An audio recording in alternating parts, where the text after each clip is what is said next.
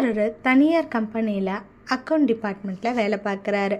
தினமும் ஒரே மாதிரியான வேலை, அதே பஸ் பயணம், அன்றாடம் வழக்கமாக போகிற டீ கடைன்னு அவருடைய வாழ்க்கை அவருக்கு போராக தான் தோணுச்சு. அவருக்கு எப்போவுமே ஒரு ஆசை இருந்தது, ஒரு நாள் ஒரு பெரிய கம்பெனியில், இதை விட பெரிய கம்பெனியில் வேலை பார்க்கணும், பெரிய கார் வாங்கணும், பெரிய வீடு வாங்கணும்னு.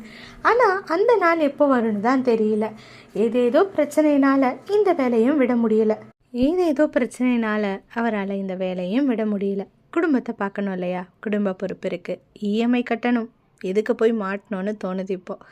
அது மட்டும் இல்லாமல் அவங்களுடைய ஆரோக்கியத்திற்கான செலவும் இருக்குது, அத்தியாவசியம், சாப்பாட்டை பார்க்கணும். ஒரு நாள் அவர் பழக்கமாக டீ குடிக்கிற கடைக்கு போகிறாரு. அங்கே அண்ணா டீ போட்டுக்கிட்டு இருந்தார். அந்த டீ கொடுக்குறாரு இல்லையா, அந்த அண்ணா ரொம்ப சந்தோஷமாக எல்லாருக்கும் டீ கொடுத்துட்டு இருந்தார். அவருடைய வாடிக்கையாளர்களுக்கெல்லாம் சிரித்து பேசிகிட்டு இருந்தார். உடனே சுந்தர் கேட்டார், அண்ணா, உங்கள் வாழ்க்கையில் எதையுமே நீங்கள் மிஸ் பண்ணலையா? பெருசாக எதுக்கும் வருத்தப்பட்டது போலவே தெரியலையே, எந்த ஆசையும் இல்லையா உங்களுக்கு? உடனே அந்த அண்ணா சிரிச்சுக்கிட்டே சொன்னாராம், ஏன்பா இல்லை, எனக்கும் நிறைய ஆசையும் இருக்குது. அதுக்காக நான் இன்றைக்கி என்னோடய சந்தோஷத்தை தியாகம் பண்ண முடியுமா? என் கடைக்கு என்ன நம்பி வராங்க இல்லையா வாடிக்கையாளர்கள், அவங்க நான் சிரிக்கிறத பார்த்து அவங்களும் சிரிக்கிறாங்க. ஒரு இன்பமான சந்தோஷ பரிமாற்றம் தானே, இது போதும் எனக்கு. அவங்களுக்கு தரமான டீயை கொடுக்குறேன், அதன் மூலமாக அவங்க சந்தோஷப்படுறாங்க.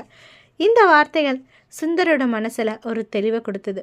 அவருக்கு பஸ்ஸில் போகிறது, வீட்டுக்கு வர்றது எப்போவும் சாதாரணமாக இருந்த அந்த டீ கடை எல்லாம் இப்போ வித்தியாசமாக தென்பட்டுச்சு. அவருடைய வாழ்க்கையை மறுபடியும் புதுசாக பார்க்க ஆரம்பித்தார்.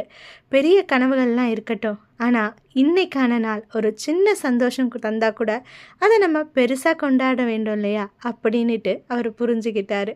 அப்போ தானே வாழ்க்கையும் நல்லா இருக்கும், வாழ்க்கை சந்தோஷமாக வாழறதுக்காக அப்படிங்கிறத சுந்தர் பிடிச்சிக்கிட்டாரு. ஆமாங்க, நம்மளும் இப்போ இருக்க சின்ன சின்ன சந்தோஷத்தை எல்லாம் நம்மளுடைய பெரிய பெரிய கனவுகளுக்காக இழக்க வேண்டாம். கனவுகள் முக்கியம்தான், அதுக்காக உழைக்கிறதும் முக்கியம்தான். அதுக்காக இன்றைய சந்தோஷத்தை இழக்கணும்னு கிடையவே கிடையாது. இப்போவும் சந்தோஷமாக இருப்போம், நாளைக்கும் சந்தோஷமாக இருப்போம். கண்டிப்பாக இன்றைக்கி சந்தோஷமாக இருந்தால் நாளைக்கும் சந்தோஷமாக இருப்பீங்க. நம்பி சந்தோஷமாக வாழ்ந்து பாருங்கள்.